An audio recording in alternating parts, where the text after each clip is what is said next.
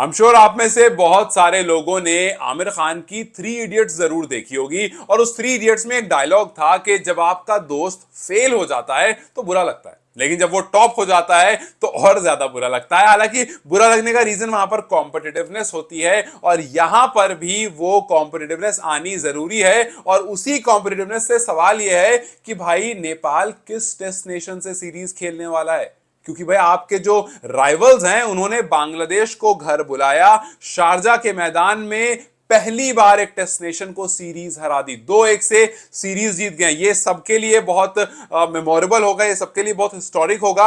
हर वो यूएई का खिलाड़ी जो इसमें खेल रहा होगा, ये बात वसीम ने भी कही। और जाहिर सी बात है यार, आप एक टेस्ट नेशन को बुलाते हो, उनको हराते हो, उनको वापस भेजते हो, इसमें बड़ा गौरव और बड़ा गर्व की बात है। और यही बस इसीलिए मैं बस ये कह रहा हूं कि भाई जो आपके राइवल्स हैं उन्होंने ये काम कर दिया, सो आपके ऊपर जो जिम्मेदारी है ना वो थोड़ी सी बढ़ गई है। हालांकि वी नो अभी सारा ध्यान CWC L2 पर और उस पर होना भी चाहिए और आपको यहीं से प्रूव करना पड़ेगा कि हम एकदम ही रेडी हैं। आगे जो मैचेस है नीदरलैंड स्कॉटलैंड, उसके सामने आपको कॉम्पिटिटिव क्रिकेट खेलनी पड़ेगी। ऐसा ना हो कि एक साइड से एकदम कमजोर पड़ता चलेगा। I hope, I really hope कि वहां पर कुछ बहुत कॉम्पिटिटिव क्रिकेट आएगी। लेकिन ये मत भूलना कि यूएई ने बुलाया, खिलाया और हरा दिया। आपको मैच के बारे में बताऊंगा, लेकिन उससे पहले मैं आपको वसीम की एक स्टेटमेंट बताता हूं और उससे ये आपको समझ में आएगा कि घर पर क्रिकेट होना कितना जरूरी है।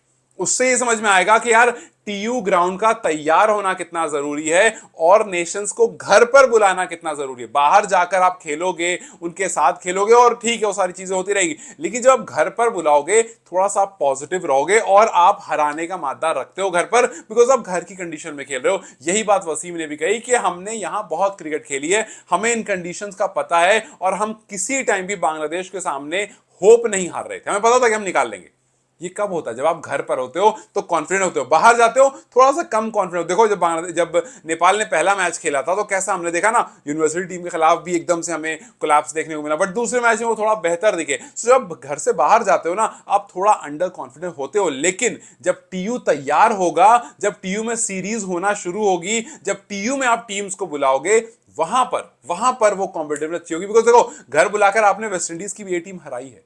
सो यहां पर यही बात सारी है कि भाई घर पर स्टेडियम होना कितना जरूरी है। इन सीरीज के बाद ना और ज्यादा समझ में आ रहा है कि नहीं यार ये बहुत जरूरी है। बिकॉज जब यूएई बांग्लादेश को बुलाकर हरा सकती है, और अगर आप जाकर के मैच की हाईलाइट देखोगे you will notice one thing कि यूएई ने ऐसा कोई बहुत जबरदस्त क्रिकेट नहीं खेलती। मतलब ऐसा कुछ नहीं कि क्रेजी कर दिया। जैसे मैं अक्सर एग्जाम्पल देता हूं मैक्सवेल का। जब मैक्सवेल ने 200 रन मारे थे अफगानिस्तान के खिलाफ तो उस दिन मैक्सवेल ने कुछ क्रेजी कर दिया था। उस दिन मैक्सवेल की, मेरी ओडीआई की वो बेस्ट पारी है। अगर आप मुझसे नींद में ही पूछोगे कि भाई बताओ ओडीआई की वन ऑफ द बेस्ट पारी बताओ या आपकी जो फेवरेट है वो बताओ, तो मैं कहूंगा मैक्सवेल के वो 200 रन जो अफगानिस्तान के खिलाफ आए थे। उस दिन मैक्सवेल कुछ और था भाई, तो उस दिन वो क्रिकेट निकल कर आई थी। बट मैं ये नहीं कहूंगा कि यूएई ने कुछ मैक्सवेल लेवल की क्रिकेट खेल दी और इस वजह से उन्होंने बांग्लादेश को सीरीज हरा दी, पहली बार एक टेस्ट नेशन को हरा दिया। नहीं, यहां पर बांग्लादेश ने बहुत बुरी क्रिकेट खेली। और आप घर पर खेल रहे हो तो आपको पता होता है कि यार क्या क्या एडवांटेज मिलेंगे, और उन सारे एडवांटेज का असल में यूएई ने फायदा उठाया है। और ये बात लिटन दास ने भी कही कि भाई उन्होंने अच्छी क्रिकेट खेली, हमने काफी जगह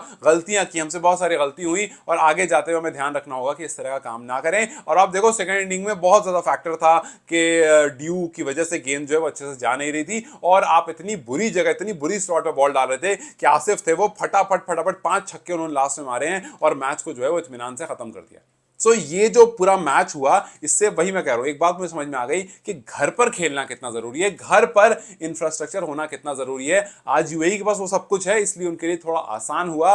आपके पास भी जब होगा, आई एम टेलिंग यू, ये बहुत आसान होने वाला है। खैर, अगर मैच की तरफ एक बार नजर डालते हैं तो बांग्लादेश ने बुरी क्रिकेट खेली, इसको बताने में, एक्सेप्ट करने में कुछ नहीं जाता है। बिकॉज भैया पिछले मैच में भी आपने पावर प्ले अच्छा नहीं खेला था, इस मैच में आपने पहले बल्लेबाजी करी, पावर प्ले में आपने 4 विकेट खो दी, 49 फॉर 4 पर आपका पावर प्ले खत्म होता है। वो तो शुक्र मनाओ तंजीद हसन एक तरफ से रन कर रहे थे, वरना वो 49 रन भी नहीं आ। सोचोगे तंजीद हसन ने 18 बॉल में 40 रन कर दिए और टीम 7 ओवर में 57 फॉर 5 होती है, वो तंजीद का विकेट गिरता है और 57 फॉर 5 आपको 18 बॉल में तंजीद के 40 रन है।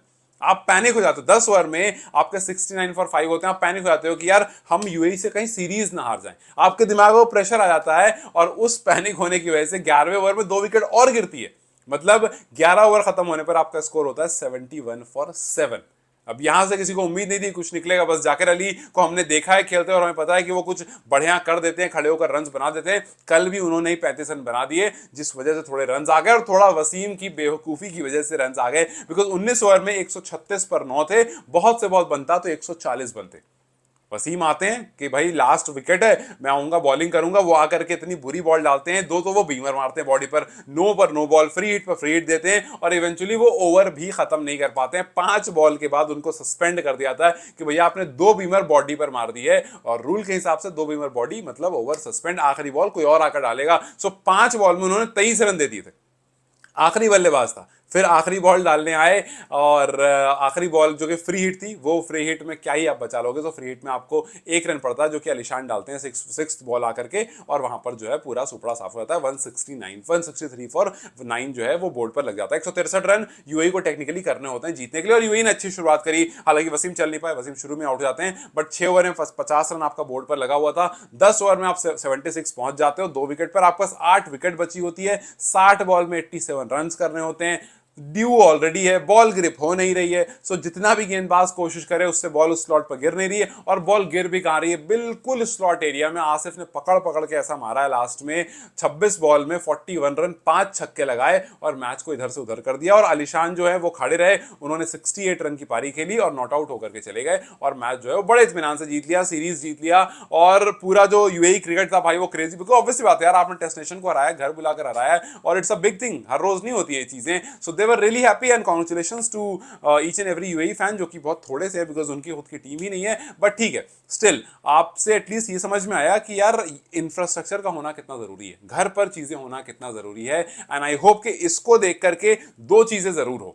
पहली चीज ये कि कैन इस बात को समझे कि यार घर को बड़ा करना कितना जरूरी है, टीयू को बड़ा करना कितना जरूरी है, और दूसरी चीज ये कि जो प्लेयर्स हैं वो थोड़ा सा इस बात को अपने ईगो पर लें कि भैया हमारे आर्च राइवल ने टेस्ट नेशन हराई है, हमें अब प्रैक्टिस ऐसी करनी है कि हम सिर्फ CWC L2 नहीं बल्कि जो भी हमारा टेस्ट नेशन ओपोनेंट होगा, फर्क नहीं पड़ता है, और बहुत बड़ी टीम नहीं होगा, ऐसा नहीं कि आप ऑस्ट्रेलिया इंग्लैंड से खेल लोगे, इंडिया से खेल लोगे, जाहिर सी बात जो भी test nation series test nation होगा उसके सामने, चाहे वो बांग्लादेशी हो, चाहे वो अफगानिस्तान हो, या फिर वो जिम्बाब्वे हो, या फिर और भी जो टेस्ट नेशन हैं उनमें से कोई भी हो, आयरलैंड हो, कोई भी टेस्ट नेशन हो, बस आपको यह करना है कि you have to go right at them.